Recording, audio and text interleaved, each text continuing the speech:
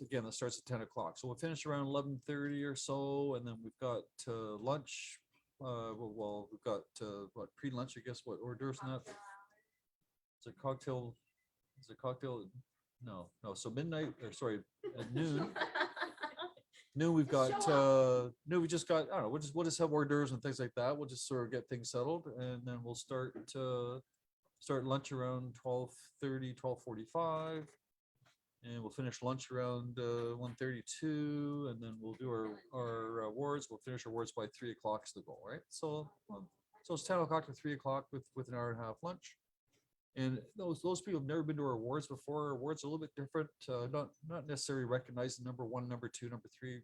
What we're doing instead is basically we recognize everybody that contribute to the office, because it's, somebody might do $1 million in production, somebody will do $10,000 production. At the end of the day, they're all added together, and it all adds up to the team effort, right? So I like to recognize everybody just for just for being there and just being in the business. So if you're thinking, gee, I'm not an award winner, I don't want to go to an awards event. I don't like awards events. They're a little bit different, right? So it's more of a family thing, and so our family's getting a little bit bigger, but it's still a family thing. We're hoping to get quite a few people there. I think we're on track for how many that we budgeted for, and we'll just see on Wednesday. Rain or shine, doesn't really matter, and hopefully you'll all be there. And we've done RSPs, Linda, or you've got a lot of RSPs right now, Jenny? We talked to some people today, and they said, yes, we're going, but they didn't RSP. So I'm sure that we'll get a bunch of those anyways. And it's a lot of work that Jenny's done, and Nelson, and the girls as well, because we're going to go there on that night too and prepare for it. So it's actually quite a lot of work to make it happen, but that's fun. Tales from the street. What's going on over there? What's the market doing?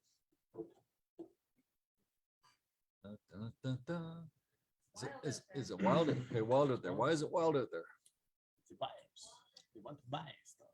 Buy. We've only got like 10,600 listings, not enough listings, right? 794 right now, 10,800, let's say, to round that off. But do we have enough inventory? Is that enough inventory for your buyers? No.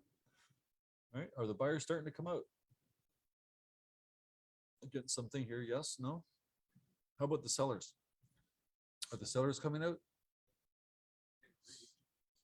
Okay, I've heard two words today when I just sort of did a little pool here, a little survey. So I'm hearing two words. The second time I heard that, I heard that the sellers are getting greedy, and I'm also hearing that sellers got no place to move to, so they don't want to put their properties on the market till they've got something to buy. Has anybody seen that? What are the reasons why we're not getting inventories? The market, any other reasons other than that? No place to move? When we say greedy, I've seen this before where somebody is asking, $1.1 million, and they've got 20 offers on the property to get like 1.4, 1.3. And they say that's not enough. Let's put it back on the market, and then put it back on the market at 1.55 or something. Has anybody seen that yet? I'm seeing a couple of heads here and there. I don't know. I saw an example in Markham where in February we're negotiating on this house, and the recent comparables were showing 1.3, 1.4, and he on offer night got 2 offers, us included. We gave him 1.425, and he relisted for 1.68, and everybody thought he was crazy, and he just sold for 1.6. Yeah. Okay. So it kind of puts you gotta be careful, right? Stupid now. So if you're a listing agent and your client wants 1.6 and you're getting 1.5, so you say something like you never get 1.6 because it's you're crazy, you're greedy, or whatever you're doing there, and then puts it back on the market, waits a week, and it gets to 1.6. Right? So be careful what you're out there, with your guidance, right? But don't put your foot in the mouth. Don't make it look bad for yourself, right? What else is going on out there? Anything else? Buyer clients too, because they're looking for that guidance. So I don't know. Okay, so Katelyn here saying here that the buyers are getting frustrated, or the agents get frustrated? They're getting frustrated because they're losing. Oh, because they're losing. A little bit much. So I'm trying to teach a lot of our agents to still get their clients to make the final decision.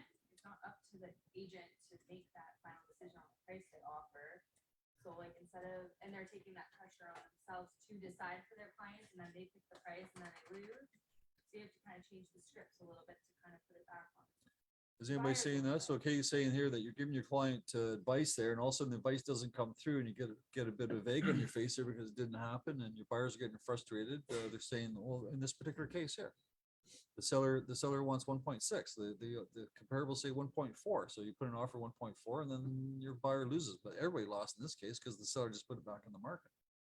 But you've got some other cases where you've recommended, hey, the price should be 1.1 and then it sells for 1.2 and you've lost, right? And whose fault is it? Your fault, right? They're just naturally blaming you. Yeah, they're gonna actually blame you as well. So you gotta be, be a little careful on how you're wording things because we can't tell. In a flexi market, you don't know whether the price is going up or not. So we had one here on Silverthorne. You guys sold one at Silverthorne. You had 25 offers. I'm curious. It was listed for 1.1. The eventual price was 1.4. Of the 25 offers, can you tell me what was the price difference? Like, what were the prices of the 25 offers listed at 1.1, right? It was a range, but if you can imagine, there was a middle ground and there was a good chunk of people that all sat in the middle. So of the 25 people, majority of them came in around 1.2, 1.3 On average, yeah. on part two. And how many of the 25, how many came in at 1.1? 5, no, 5. Did you say 5? Okay, I'm just curious. Okay, and then so 5 came in at list price, and then half of them came in at what would be considered a good price, 1.2, and then you had that 2 or 3 people that paid the 1.4, right? That's probably how it came down. So as a listing agent, again, you don't, I don't know, going back to the old days there, you get a bully offer. So all of a sudden you drop everything. You've got an offer date for the following week, get a bully offer, you drop everything and you sell the bully offer. I don't know, is that a good strategy or do you wait till the offer date? And then of course the price you're getting is crazy and it's in your hand. I don't know. Every circumstance is different, right? But my question is, do you stick to the plan or do you let a preemptive offer change your plan? As I just said here, so you don't know, right? It's hard to say. I don't think you want to make it over a long period of time. I think you probably want to go over maybe a Saturday, Sunday, go over at least one weekend and then try to take the offers on the Monday. Yeah, maybe just push the offer date. All right, up. but I've seen some that have gone over 2 weekends. I think that's too long, right? No conditions offers. I don't know. I mean, I'm just talking about as a listing agent right now. So I've seen most. I say of the 25 offers, half of those are probably still conditional. I bet on ours, it's 89%.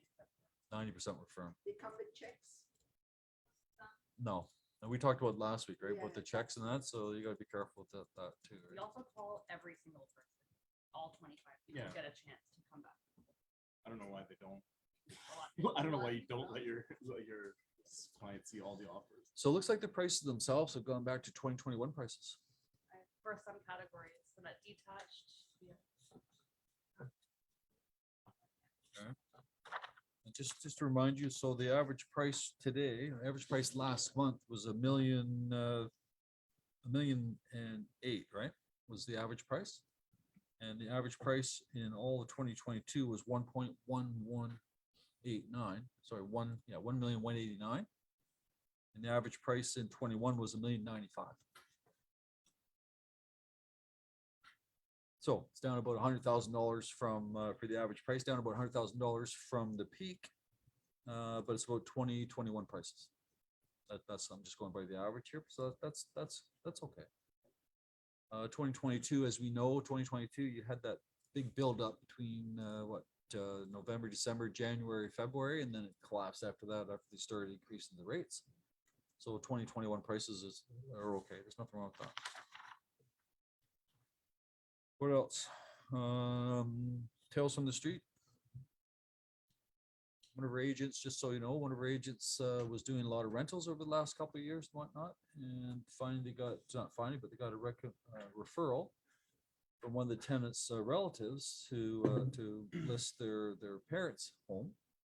So this is kind of a good thing, right?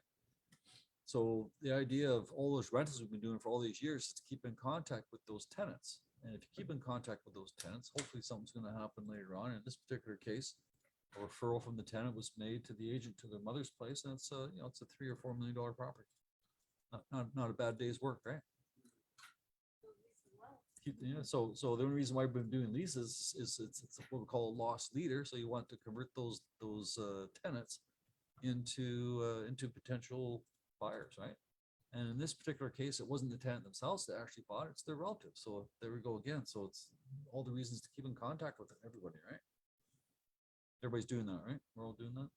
Keep in contact with everybody. Good.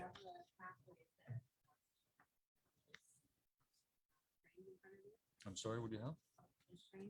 Oh, okay, the roadmaps to CRM roadmaps. So if we look at the stats here as of the 23rd April, we've got 10,800 active listings. There's 5,600 of them are freehold, 4,900 are condo. The sales, just so you know, the first 23 days in 2021 for April, we had 10,363 sales. In 2022, we had 5,981 sales. So the 2022 sales versus 2021, we're down 42%. So this is old news, okay? This is 2022 I'm talking about versus 21. So now we're starting to go the other way around. So we're starting to catch up. So this month, first 23 days, we've got for 2023, we've got 5,500 sales versus 5,000, let's say 6,000 sales last month. So actually sales are only down 8%. So if you recall this year here, we talked about it. We started off going from memory here, but I think we started off January about minus 47% for units. And then March, we came in at minus 36. And I think April was minus 18. And now we're minus 8. So the market is going in the right direction.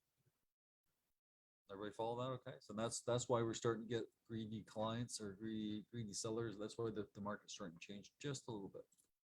And the interest rates now, anybody know what interest rates you can get today in a 5-year fixed? Anybody have that number off the top of your head? 5-year fixed mortgages? No, I know. Sure, it's at 4.7. I want to say 4.8 or 4 point. Yeah, it's less than 5%. Insured ones. So that's insured brokers. Yeah, so that's why it's picking up. That's why I think that the prices are starting to creep up a little bit, and some buyers are getting used to the interest rates. Like that's what's going on there. So nothing wrong with that. Breaking it down, the condominiums are actually minus 8%, freeholds are minus 9%, so about the same.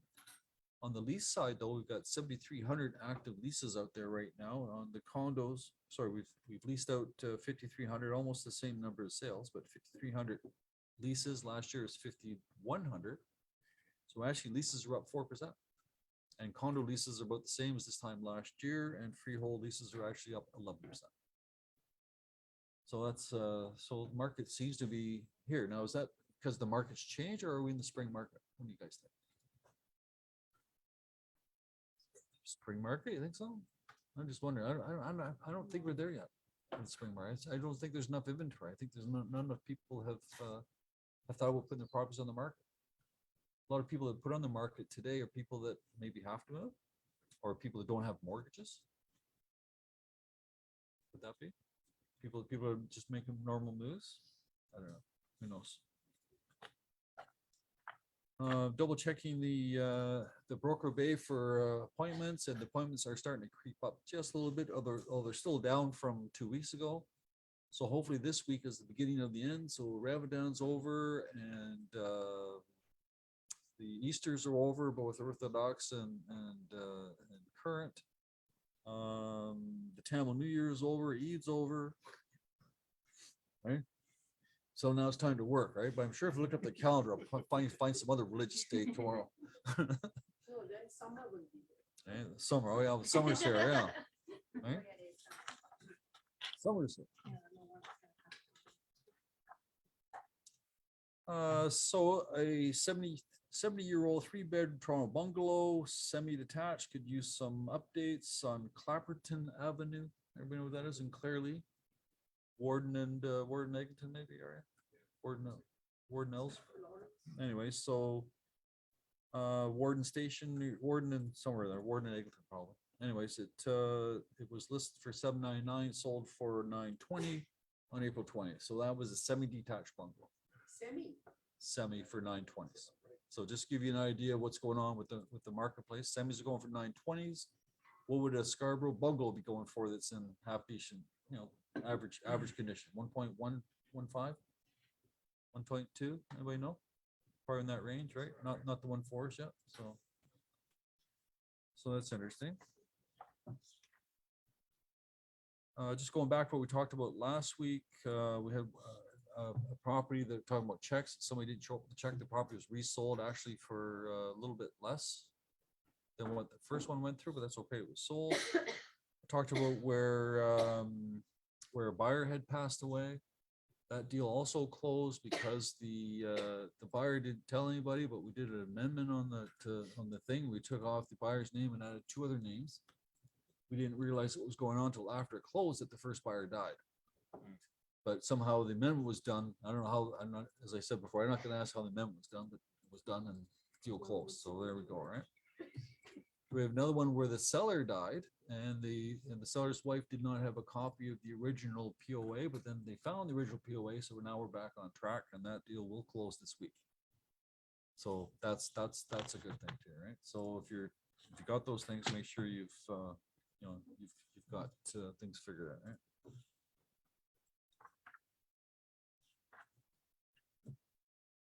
They were talking about here at the end of the housing correction forecast sees rising prices. So a lot of people go around, they're saying that the prices themselves are going to be going up. The market survey suggests that 7.5% year-over-year increase in the fourth quarter of this year. So that's what people are recommending. So if you're saying that the sellers want to wait, or sorry, the buyers want to wait for the prices to come down, now they're talking about the prices going up. So that I don't think I think prices have bottomed out. Would everybody agree to that? With interest rates and that, and then your buyers still think the price is going to get less.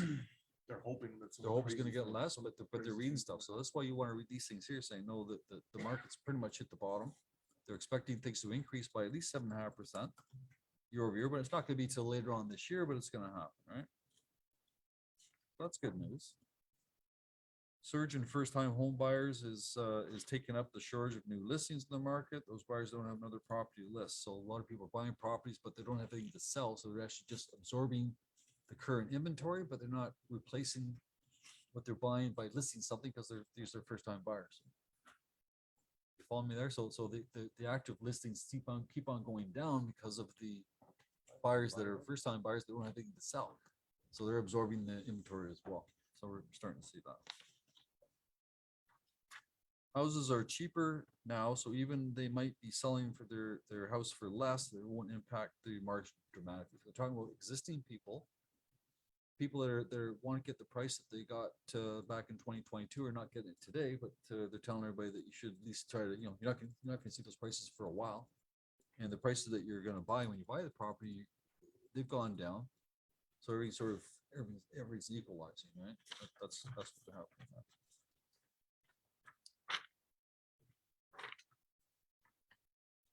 Toronto is ranked one of the wealthiest cities in the world. What basis? Toronto. On what basis? High net worth individuals. This is funny. It's a good thing you asked that because I always find it. So the city of Toronto is the 17th on a list of 97 global hotspots for millionaires. They're talking about millionaires in Toronto. And they in the world, they classify a high net worth person as somebody that has $1 million. Like cash or equity. And I'm reading this article here, I'm thinking everybody with $1 million is considered high. So this is how the world's gotten so warped. Eh? Like we're so used to inflation and that. But $1 million, the average price in Toronto is $1 million. So everybody's a millionaire, right? That's what. But what they're talking about is investing like cash. These are people that can take $1 million to invest it in stock market, things like these are people that have cash. Actually have equity, that have actually investable cash you're talking about. Toronto themselves, after they've gone through everything, they figured that there's Toronto came in 12th space and there's 105,000 people that have over $1 million cash to invest. Seems low to me. Right? Seems low to me. But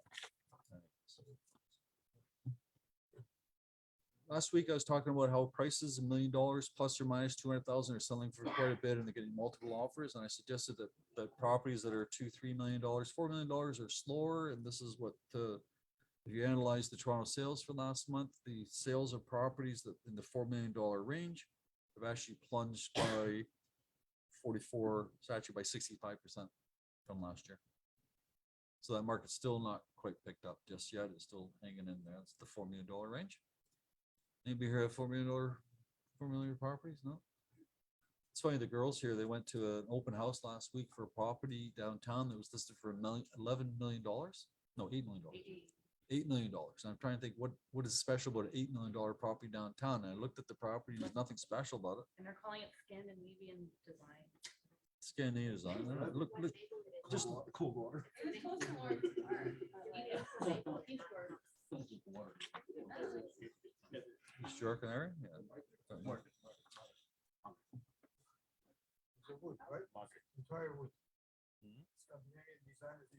Well, no, it's very minimalist. The town, like Scandinavian, very minimalist, right? It's all very straight lines, very minimalist, lots of windows, things like that. So anyway, so you don't get much for $8 million. It seems weird. Yeah. Condo or house? It's a house. There's a house, okay.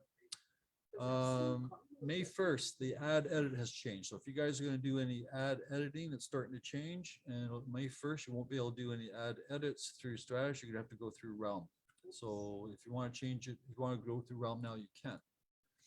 Has anybody tried any ad edit through the new Realm at all? You've got 3 choices, right? You go to Stratus, you go to Matrix, or you can go to Realm to do your ad edit.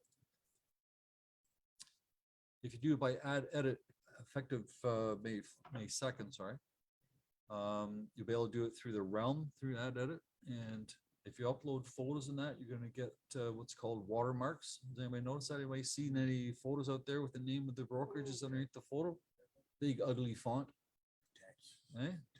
Can it be any uglier? Has anybody seen the font that it's got? Yeah.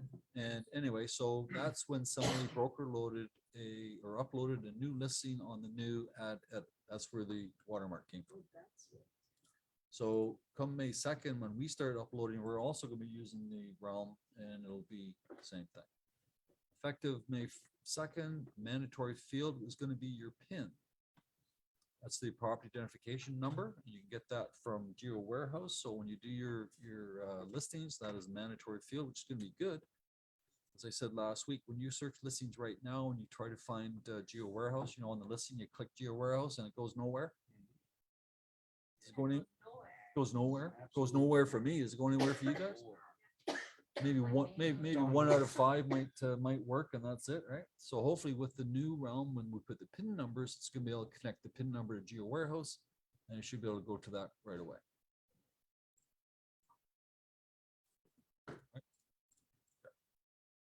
Other things it'll do, you put the MLS number in there and it auto populates, things like that. So it's doing some extra things on there as well. And that's all to do with the Realm. And that'll be coming down there as well. Authentisign, I'm not sure if it was fixed or not. They had a glitch on Authentisign. And how can I explain this now? So you've got Authentisign, you've got DocuSign, you've got now DigiSign through SkySlope. They're all the same. In my opinion, they're all the same. Each one has its own little unique features, but basically they're all pretty much the same. So what we do downstairs, we type an offer for you and we put it what's called an editable form, and we email it to you. It's editable, so you can actually put in the price, or you can change something, or you can put the client's name in or add a name. What do you want to do? But we send it to an editable format. 2 weeks ago, we would take that format and we just upload Authentisign and add your signatures and your initials to it. No problem. But effective last week, somebody made an improvement to the program, so therefore it obviously works worse. Right? Is it just me or not? No, I shouldn't beat that drum, man, because anytime that somebody changes a program, upgrades a software, it's always worse than the original. intervention. As far as I can see, I don't know. So what they've done here is with the new, whatever they did, we can no longer take an editable format and upload it into Authentisign without Authentisign taking the clauses and changing the format. Changes the size and changes the font. So the only way you can get around that is, rather than uploading an editable file to Authentisign, what you have to do is print it to a PDF, or what they call flatten it. It's called flattening, but I'll talk about it in layman's terms. You rather, when you print the document, you change the document, then you go to print. And rather than printing to a printer, you're going to print it Microsoft to PDF. Save as a PDF. Or you can save as a PDF. No, you cannot save as a PDF. save as a PDF, it saves as edible PDF. You must print it to PDF and then upload it to ThinSign. You follow me, follow what I'm saying, James? If you do save as PDF, it's gonna save it as editable. That's why you have to print it and flatten it as a PDF. I just made that up. No, nobody's gonna challenge me, okay? Once printed, it says save as a PDF or print and save as an editable. Yeah, so we don't want to do editable, so in that case, so hopefully they're gonna fix that. No, but are you saying that on Adobe or are you saying that on ThinSign? So, yeah, No, so. on Adobe first and then upload. Yeah, so I'll keep it simple, what I just said. So if you want to be uploaded to a ThinSign, just print it to a PDF and then upload it from there, right? So I'm not gonna get too heavy right now on that stuff. So I'm pretty sure that's how it works anyways. Somebody's played around with the Sky Slope forms. I have not looked at it. Irene looked at it. Anybody else looked at the Sky Slope offers, not the forms, but the offers? Because it's not even highlighted on the Toronto MLS just yet. You have to, did you go to the, I'm looking at Irene right now. Did you go to the Sky Slope offers? Sky Slope forms. Forms. Okay, all right. Just, but somebody suggested me too that on multiple offer situations, somehow the Sky Slope offers is gonna keep track of multiple offers? Well, they haven't implemented yet. No, but if they did. Okay, all right. Because what I'm concerned about here is that when this Trust in Real Estate Act comes into effect, it was supposed to come into effect this month, but they delayed it. But on multiple offers, I'm trying to wait for the solution that we can use for multiple offer situations if your client decides that he wants to share the contents of competing offers to other people. So we have that program they've been trying in BC. It's called Open Offer. It's from Australia, but from when I read about that, they want $50 a month for the pleasure of doing that. But multiple offer situation for majority of agents is maybe once in a while, not every day. Right? I can't see anybody spending $50 a month for that option. Can you? Because multiple offers are, especially where the client wants to do an auction type thing, it's a little, so I'm kind of hoping that Sky Slope has something in there that if somebody registered an offer, it'll show up in Sky Slope, and that's what somebody's suggesting to me. Don't know. We'll be able to compare those offers, like, for example, if you get 5, 10 offers, I believe they have a feature, I believe, but they have to implement that, so we cannot say, but what they say that we can compare and see all the results on one page. Yeah, so I'm not sure whether, okay, so I'm not sure we're gonna be able to compare ourselves side by side, or whether or not other agents are gonna be able to see the contents of those offers. So anyways, we'll figure that out when it comes. They haven't turned that on anyways. They have turned on the Sky Slope forums though. If anybody wants to play with those, you can. Developers, the new condominiums, I thought they were taken off, but I'm reading where maybe it's not such the case, right? There may be some fallback, some condominiums are not selling, like on the pre-construction. Does anybody notice any incentives from pre-construction guys? Notice how it's changed, see some heads not? Used to be in Durham, for instance, they would never qualify, especially non-condominium. If they had houses and they're pre-construction, they wouldn't pay commissions, right? But now I think they are. Somebody's telling me they're paying, was it 2% or $2,000 for that new Seaton that I saw last weekend at White's Road and Taunton? Anybody familiar with those projects? Those people lined up for a couple of days on those places. I'm sure there's a 2% offer on those. Some other people, what they're doing is the developers are giving away free cars. Of course, these are big places, right? Other incentives, cash gifts, free phones, maybe even a new car. Projects, for example, need to, okay, so they're saying here they need to sell the first 100 units, or they have to have like 80% of their properties on the pre-construction sold before they can get construction financing. So they get down to the wire where maybe they're short about 10 or 15 units, so maybe they'll offer these incentives to try to get these things sold so they can get their financing. And the incentives could be cash, could be cars, could be free things. There's one project here I talked about a couple weeks back called Raglan House Condos, Bathurst and St. Clair. You buy a property here and the first 100 buyers, so here's a builder that needs the money to move forward, right? But the first 100 buyers on this particular case will get a $20,000 cash back. And this is pre-construction. Your clients can get this on closing as well. Top of the $20,000 cash back, the builder is going to pay $2,500 to $3,000 per month for the next 24 months to help the buyers pay for the financing every month. So you paid them first. For it says here for 24 months. So they baked it in the price, $8,000. It's a good deal. It's a great deal. This is at Bathurst and St. Clair. I'm guessing that these places have to be selling for $2,000 a square foot or something to be able to give that kind of money away.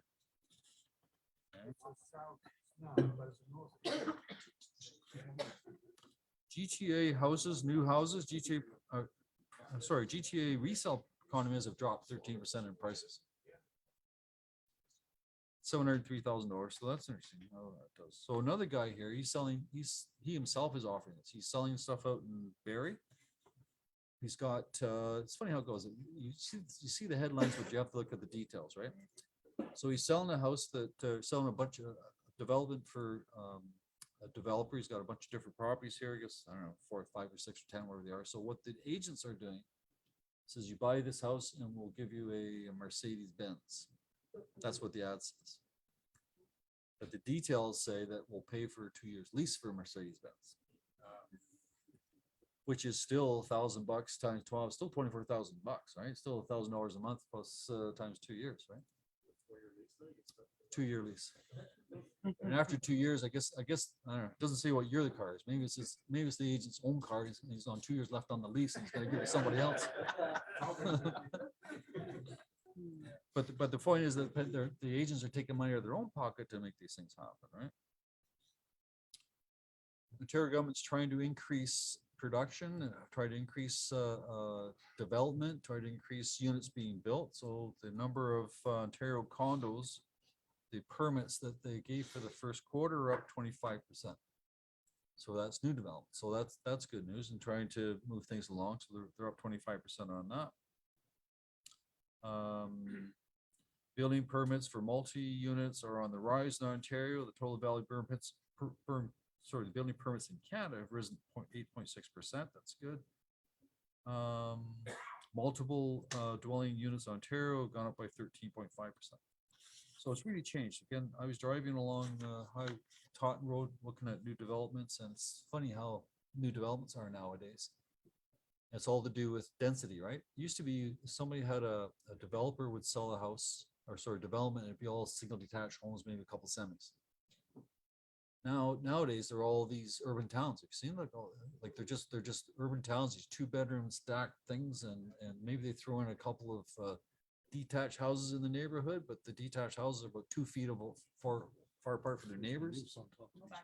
So they're really cramming in those things. Another good spot would be Oshawa, North Oshawa, UC condos, or is it University condos, whatever they're called up there, same area. That place is just packed full of these townhouses, just packed type. Right? So it's incredible how those things will shake out in the future. We'll see, but at least there's things that people can afford anyways. I'm selling a house with a rental unit. What are my broker's responsibilities? This is a question for Rico. And Nelson and I get these questions all the time, and I don't know why it's kind of confusing. I guess it is or isn't. I'm glad everybody's asking questions. That's the big thing.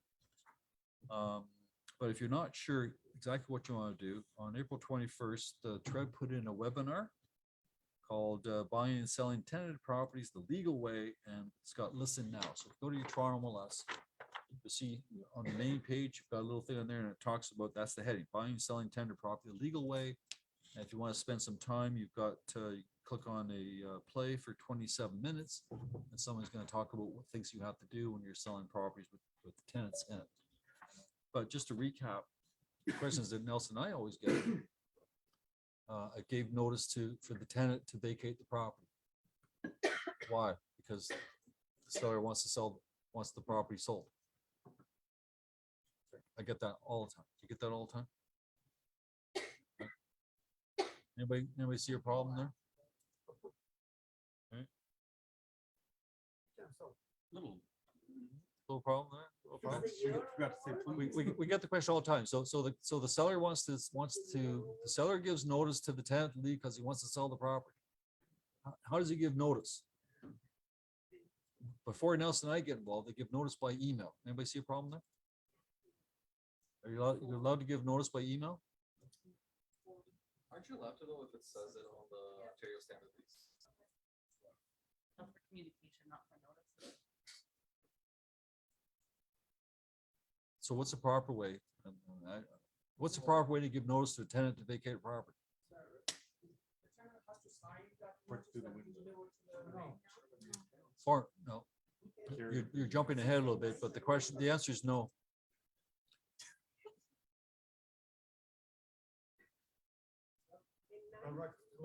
Nobody wants to say because I don't want to make a mistake. Okay, so, all right, so the only way you can get rid of a tenant, number one, you're gonna move in yourself or you're gonna sell it to someone who's gonna move in themselves. You go right back to the root of sales, right? You can go, your client wants to sell a tenant a property, go to the tenant and say, hey, you wanna buy it? That's lesson number one, right? But if he's not willing to pay the price, And if he can't buy it, then can you give notice to a tenant because the seller wants to sell the place? The answer is no. They have to sell it with the tenant. So all you can do is list the property, and if you get a buyer that wants to use it for themselves, and you give the form N12, and N12 is saying the buyer wants to use it for their own use. Therefore, you have X amount of days to get out. Or I want to use it for my own use. We have one right now where it's a $4 million, it's a $3 million property. So the tenant's been there for a while, and the landlord gave the tenant notice to get out because they want, by email, because they want to make it available to their niece. So they bought a property, but not to coincide with the closing that the landlord wants. But here's the issue. So he never gave notice on N12. A niece does not qualify as being used for yourself. Okay, the only way you can use it for yourself is yourself, your blood, or your mother or father, not your brother's daughter, your children too. your own children, right? But not nieces. So this guy thinks he's going to get rid of this tenant. He's not.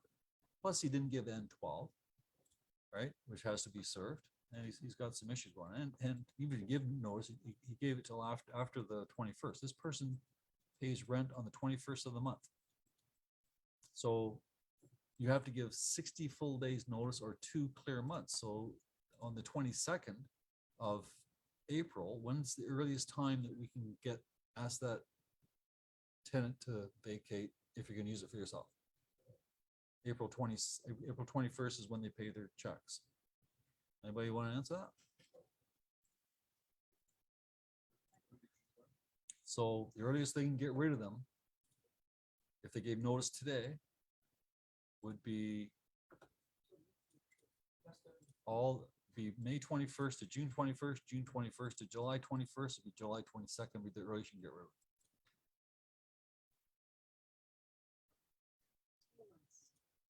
2 months. Right? So here's the question. You've got somebody that comes to you and says, hey, I want you to help me rent out my basement apartment. What question do you need to ask? Is that basement apartment illegal? If the basement is illegal, can you list that property on MLS?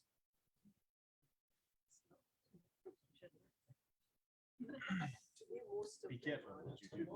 I'm asking, come on, we're realtors, man. You got somebody they have an Oshawa basement apartment. You want you to list it on MLS.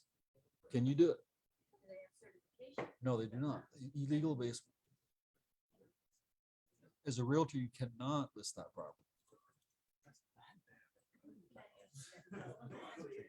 So what you've listed a property for illegal use. Yeah, now you're in a conflict. So now all of a sudden the tenant moves in, and all of a sudden he finds out it's not legal, and the tenant has to get kicked out. Who gets sued? Your client or you? This is only in Oshawa? Oshawa in particular, I say Oshawa because they actually have a registry where you can actually go to the registry, you can actually put in the address and find out whether that property is registered or not. Other places like Ajax, you have to be registered, but there's no public list, right? Tenant does sign an N-12 that the buyer's moving in. And they see what happens. Okay, so Steve's question is, if the tenant is given notice N12 and the tenant does not physically leave, then they have to go back to court and get a court order and get the sheriff to get rid of it. Does the buyer have to close? Depends on what. The buyer does not have to close if it's sold because it's vacant possession. So it's a problem. So when the N12 is served, you should also apply for eviction at that time. If you're representing the seller, whoever asked that question, sorry. Oh, Steve, sorry. Yeah, so whenever you give an N12, make sure that the seller has done everything in his legal ability so that he doesn't get sued if it doesn't close and the tenant's still there. You should also apply, which I think it's $185 for eviction with the landlord and tenant. It's still 8 months out, but at least he's done everything, he or she, the seller has done everything in their possibility to get this thing going. Because you don't want to wait until the closing date to try to evict. You've already started. We've had cases where the Oshawa property again, where we've actually listed a basement apartment on MLS, and it was like a couple days later, the owner gets a knock on the door from the city saying, well, we see you got an illegal basement apartment, you have to get rid of it.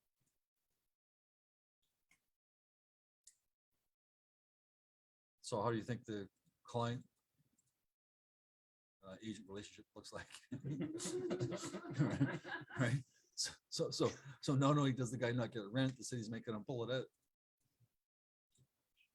So if you're dealing with illegal basement apartment, just tell your client, look, here's Kijiji, here's the ad, run your own, here's the Facebook, run it yourself. All right. Away you go. So be careful. What about in Markham? Markham, I don't know. I'm not as familiar with Markham or Brampton even. Everybody tells me Brampton's got basement part everywhere, but Brampton's like Oshawa. Brampton, I think they're pretty strict too. I've had calls. You can't say that it's like an income. If you're advertising a property that has a basement part, it's not legal, or you're gonna say it has a secondary suite or in-law suite, doesn't have a basement apartment. It's like income reducer. No, you can't say income producing was not legal. No. Those two condominiums downtown, they're still fighting, eh? That, the two condos downtown, the tall ones. The tallest tower? Yeah, who wants to be the tallest tower? They keep on going back to the city, asking for amendments to their building permits. So there's the one at Bloor, that's on the west side of Bloor. And there's the one down at Pinnacle, right down at number 1 Yonge Street, right down at the lake. They're only 3 kilometers apart. I'm surprised. Between Yonge and Bloor and Yonge and Queens Quay, it's like 3 kilometers. So if you, it's like, well, except that if you drive from Bloor down to the thing, The elevation. it takes you an hour and a half to go 3 kilometers, so. The traffic, right? So the guy down on Yonge Street, they've asked to permission to add another 10 floors to their building. 10 floors, so what's. So their floor will now go up to, it'll actually exceed 345 meters, or it's gonna go to 95 floors. So the one at Yonge Street, they've also asked for an increase in theirs as well. Currently have approval for 85 stories. They want approval for 94 stories. So it's going to be 1 story less than the other one. But is it just the ground floor? The floor is the feet or the roof above the ground level. Above ground level, yeah. The height, that is the. Yeah, so it's going to be 340 meters, which is a third of the way up the CN Tower, I guess, right?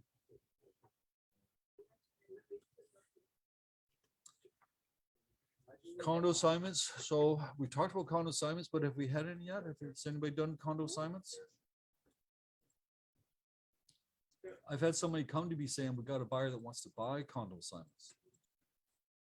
But I haven't had any come to us saying they want to sell condo assignments. Does anybody, I know Alex had one. Have you had anybody yet? Nelson? People wanting to buy them? Want to sell them? Oh, I know people want to buy them, but they want to buy them at less than what they buy paid for them. So we've got predatory buyers. So the seller probably thinks he wants to get, sell it for some profit, and the buyers want to buy it with no profit to the first. I advise both clients just to try out their own first. If they couldn't, then I will try to help them. So we've got those sites, right? You've got that broker pocket that you can probably list these things on. You've got some other sites that they're talking about here, torontocondos.net. I'm not sure whether or not torontocondos.net is realtor driven. It doesn't sound like it, but it could be that. So you've got something going on there. You've got two things going on. I'm sorry. Facebook group is okay, yeah. Somebody did try Broker Pocket. They told me that they weren't that happy with it. So maybe a Facebook group, a hackers group, or what do you call it? Say I have assignment sales, maybe advertise it that way. Not the hacker group, or some other group or something, right? Do that one that Alex said, I want to say that. A lot of assignments or-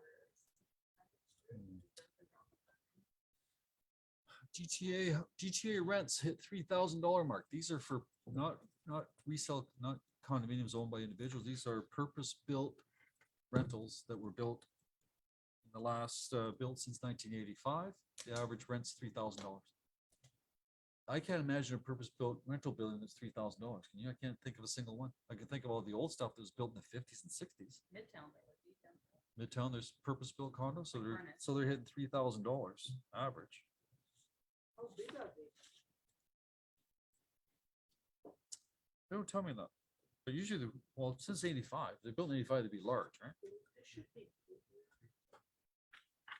So the rentals are still going up, so that's interesting. We talked last week about realtor.ca and your photos, and some people said that they didn't, there's the reason for not doing it. What was the reason for not doing it? Some, like on your realtor.ca, you don't want your picture, for safety reasons, someone was saying. Well, cameras were made. That's what I say too. Did you put Anyways, just to show you guys here, this is what your profile looks on realtor.ca if you don't have a photo. On realtor.ca, and this is what the public sees, right? Don't forget the public's gonna Google you and see who you are and where you're at. So if you haven't got presence on there, then you might want to think about doing that. But if so many people suggested they don't want to do it because of creepers out there, okay, that's fine. 67,866 agents on the Toronto Real Estate Board. 67,866. It was dropped from 70,255. So we lost about 400 people. Northumberland Hills and the Durham District Association, where it's called BDR. They're gonna fold into TREB, so I think eventually that's gonna happen everywhere. Scott, you were talking to Peterborough. They're thinking about also doing what the guys did. Still don't understand why the I don't know why they exist, but anyway. So April 1st, we should be seeing, if I'm reading it right, we should see all listings on Toronto MLS now without having to go to BDR. It is on April 1st. This is very good. Right? We always had a Simcoe designation for those listings, but now it should be populated by all the guys up north. I haven't double checked that yet, but that's when I'm reading it should be available to you. Korea, this is a weird thing. I don't understand it. Korea came out with this thing last year and it was supposed to be effective on June 1st, 23. Now they're saying it's effective January 1st, 23, which is already passed. But it's the whole idea of exclusive listings not being able to be advertised to the public. So apparently that passed again. They did another vote in Ottawa and even TREB supported it. And we're still waiting for details. So the Korea is asking the individual boards to tell us what the rules are and how they're going to enforce it. I don't know how they're going to do it, but in a nutshell, it seems to me that nothing's going to change again, other than some paperwork. So if you've got a seller So what I think is gonna happen, if you got a seller that says, I wanna be exclusive, I don't want anybody to know my place for sale, I don't want any signs or whatever reason, right? Or some agent says to them, you wanna be exclusive because you don't want the neighbors to know, or it's an exclusive area, or whatever it might be, right? If they say they want exclusive, then we have to give them a piece of paper that they have to sign, saying that they understand the consequences of that decision. Right? Right now, verbally, we just say exclusive and MLS and you tell them verbally what it is, but now they want to have something in writing, giving the seller the consequences of that decision, and the consequences being that you're not exposing it to 67,000, whatever it is, agents, so that's the consequences. You're not giving it full exposure. You're not doing all the things that to get the most money, but it's your call. Is it okay to? Go ahead. Once you've got that, you've got your exclusive listing, the rule comes in. You're not allowed to advertise this to the public. So you're not allowed to put it on Facebook. You're not allowed to put a for sale sign on it. You're not allowed to market it to the public. But you can market it to your fellow agents within the office. And from what I read, I don't know what it means. You can also market it one-on-one to other brokers who are not in the brokerage. So that tells me that you can send an email saying, hey, I have this listing now. I get ignored, or I get, why do I get bugged? I don't know. You guys get the same emails I get. There's one guy from a company called The Agency that's sending me his new listings. And I'm thinking, I have MLS, my friend, like go send it to the public. Why you send it to me? Am I right or wrong? Do you guys get those? No, this guy's MLS, but take it a step further. Now with this new rule, if I'm getting bugged by one guy doing it, now I'm gonna get bugged by 1,000 guys doing it because they're gonna be advertising one-on-one to exclusive listings. Can you advertise and put it on MLS though, 3 days later? Yes. Can you advertise always on a paper and newspaper? No, because that's the public. But, Or it's but, posted in but 3 you can do it, to Cardy's point, you can do it provided you're gonna put it on the MLS in 3 days. Like 3 full business days. All right, so you gotta have it on MLS in 3 days if you're gonna advertise to the public. Can advertise. You can advertise to the public, provided you can put it on the market within 3 days. You've seen these signs up there coming to MLS soon. Yeah. That has to be within 3 days soon. So quick. It should be like by the time you get the sign up, go take the little sticker off. So quick. So I don't know the purpose of it, but anyways, there it is. So we're just waiting now for Trev to come down with the final rules. And what about the interim closing things? It's okay to the new developments, Yes. but they're still not registered, interim closing. Is So what's your question, sorry? That's okay to go on MLS. No, if the builder allows it. No, you're not allowed to put those in MLS. You never could. No. I actually showed properties. The only time you can put a pre-construction or before it closes on MLS with the builder's permission. So if the builder gave So them maybe permission, they have it in their agreement. could be, yeah. Or more than likely, the agent didn't know and he's done it.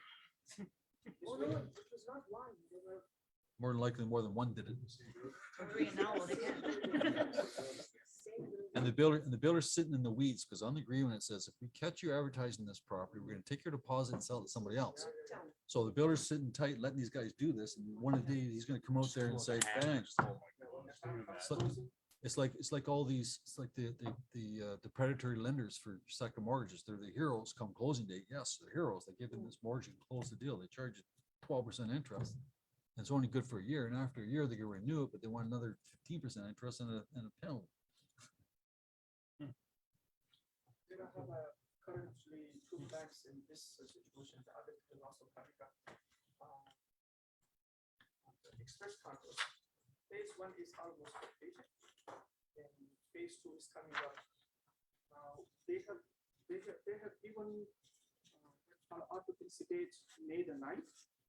And outside occupancy, the end of August. So the client asked if they can rent it out. But I did not know the answer.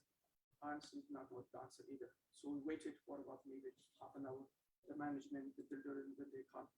They say that on the occupancy dates, you won't be able to rent it out. But outside the occupancy date, what they have given already end of August, when we do the registration, then you will be able to rent it out.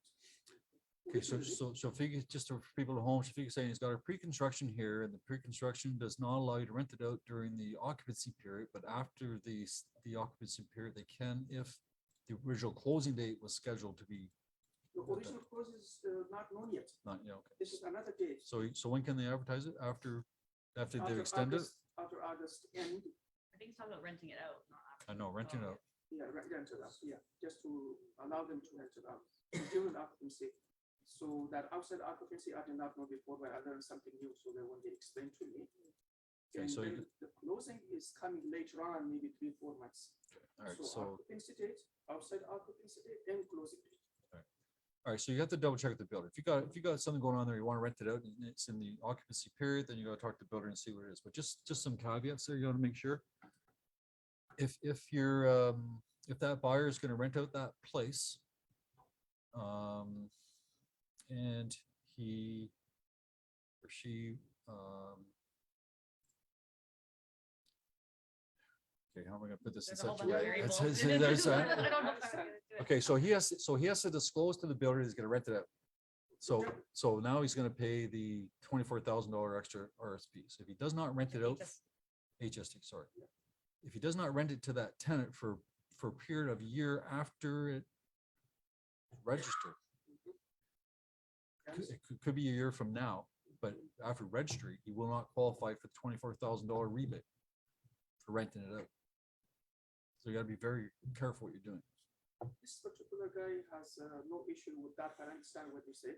I somehow explained not to the full extent. They want to rent it out because they cannot afford both of them. They have two. One for personal No, use, but- one's for the.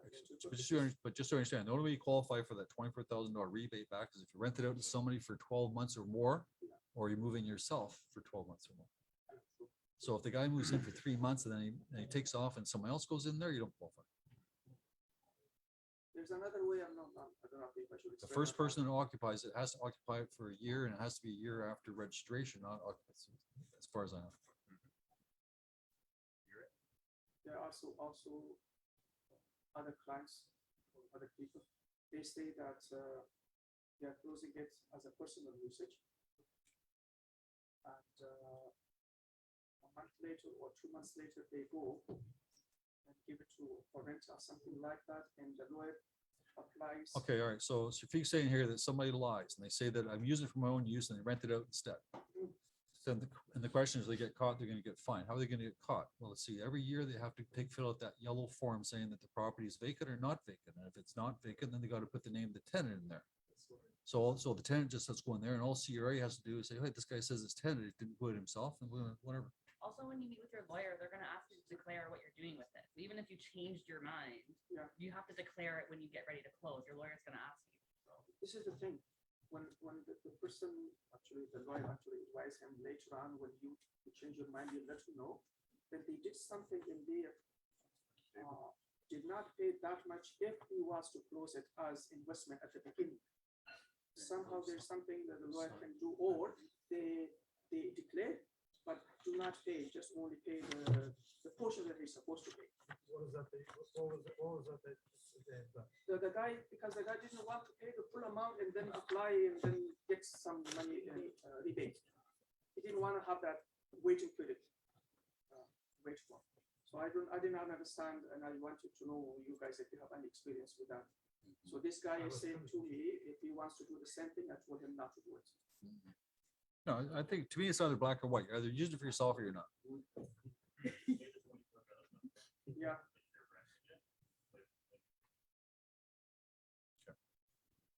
Yes. That's correct. Correct. Has to be one, well, because that's the way the government wants to do it, right? So. Yeah, you pay the $24,000 up front, and as long as you've leased it for 12 months or longer, you can apply to the government and get it returned. You have to have the lease But- in front at the moment. They say that you have a 1-year lease.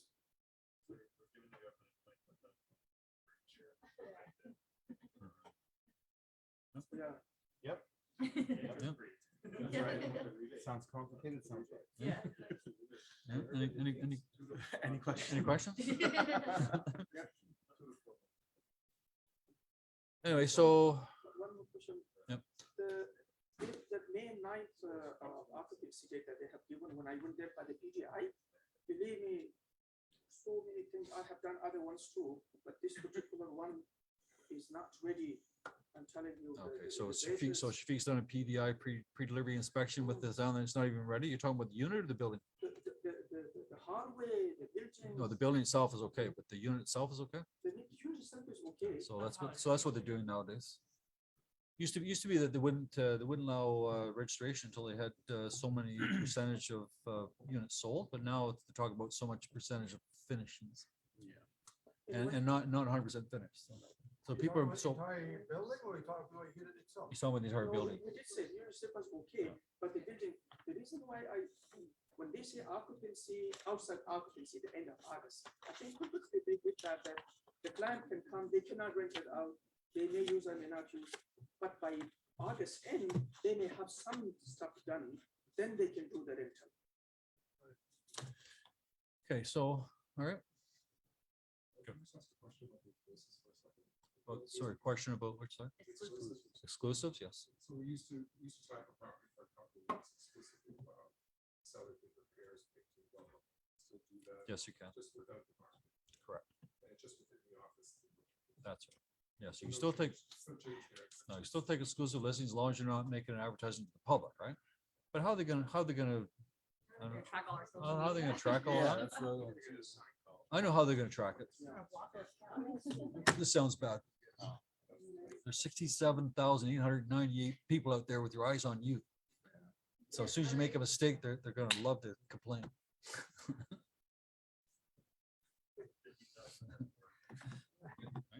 That's like when you phone call, right? You don't use do not call list.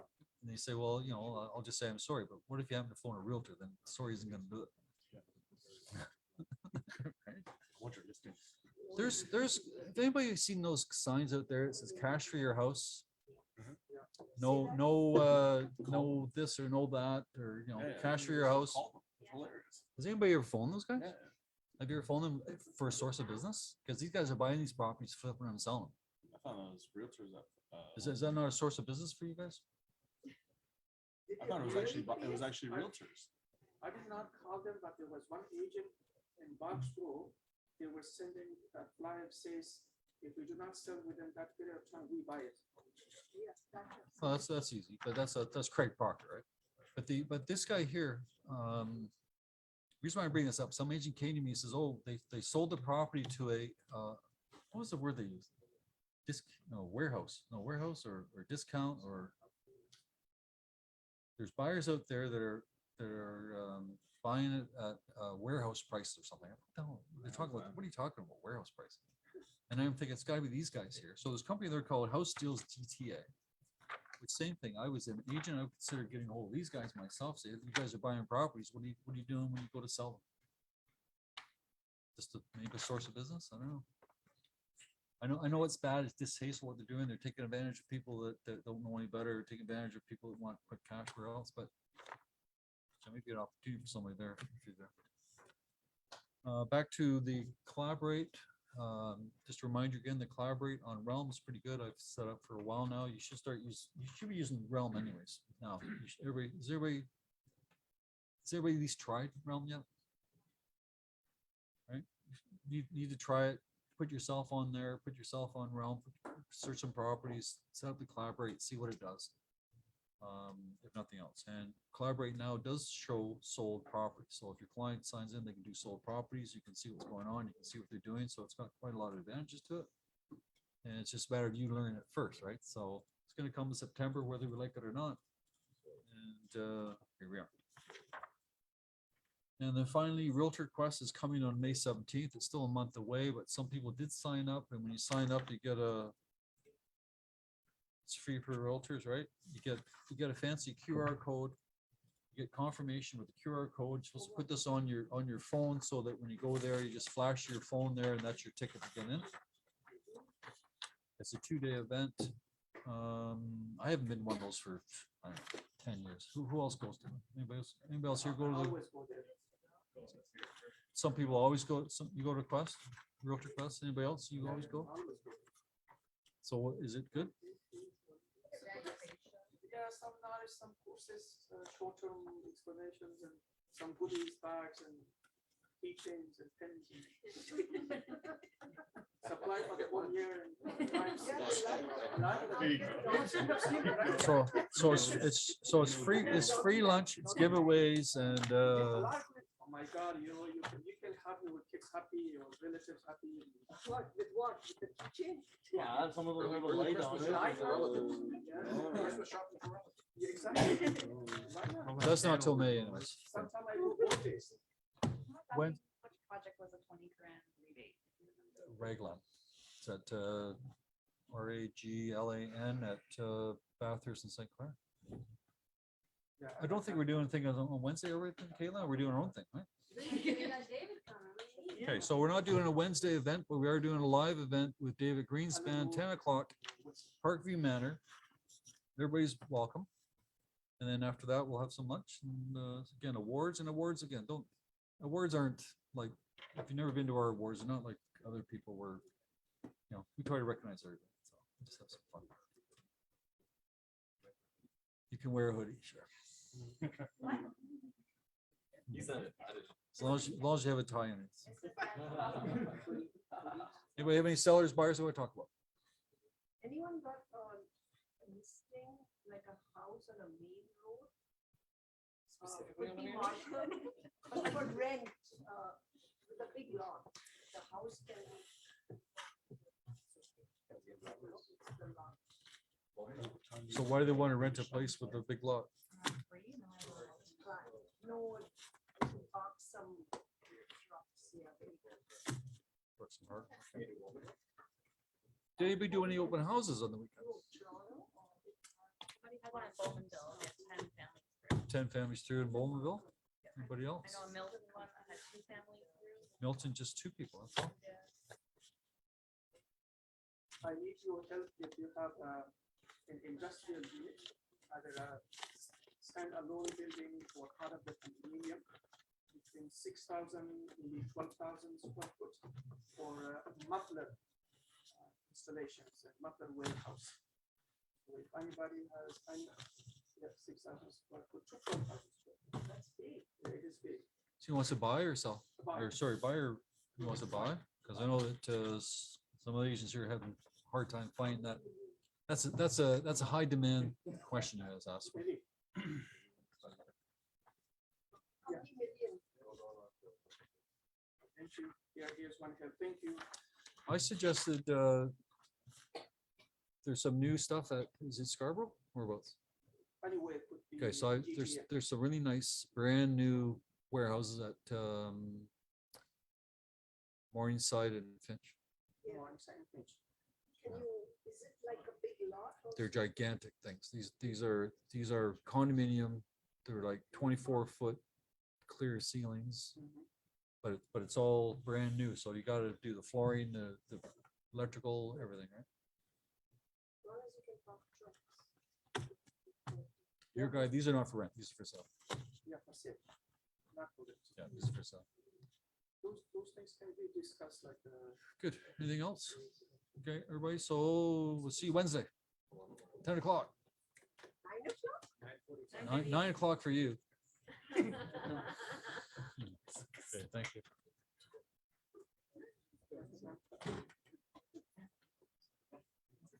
Oh, Wednesday.